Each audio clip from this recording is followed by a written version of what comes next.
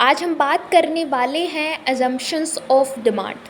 ठीक है, तो सबसे पहले जो हमें अज्यूम करना पड़ेगा, क्योंकि लॉ ऑफ डिमांड में अगर हम इन सब चीज़ों को कांस्टेंट नहीं अज्यूम करेंगे या सेम नहीं अज्यूम करेंगे और अदर प्रॉपर्टीज़ जो हैं इनके बारे में डिस्कशन नहीं करेंगे, तो जो हम बात करते हैं कि भाई लॉ ऑफ डिमांड एक इन्वर्स रिलेशनशिप होता है, तो वो इफ़ेक्ट हो सकता है।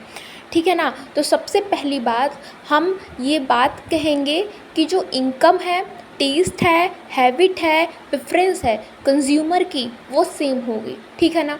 अब ये क्यों हम कर रहे हैं? सपोज़ हम कह दें कि भाई अगर कोई इंसान है ना 2 लाख रुपए कमा रहा है ना, और हमने ये बात कही कि अगर प्राइजेस किसी भी चीज़ की जो है ज़्यादा होगी तो वो क्वांटिटी डिमांड कम करेगा, पर हम ये बात कह रहे हैं ना, पर उसकी तो इनकम अच्छी खासी है, तो वो तो भले प्राइजेस ज़्यादा है वो ले सकता है, तो यहाँ पर लॉ ऑफ डिमांड जो है इनवैलिड हो जाएगा। इसीलिए हम इन सब चीज़ों को क्या करेंगे, हम सेम ले लेंगे या कांस्टेंट लेंगे। ठीक है।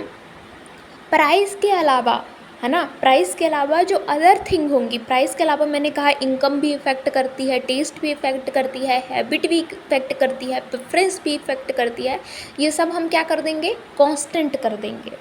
और डिमांड, हम किसी भी चीज़ की डिमांड कर रहे हैं तो वो हम कंटिन्यूअस उस चीज़ की डिमांड करेंगे।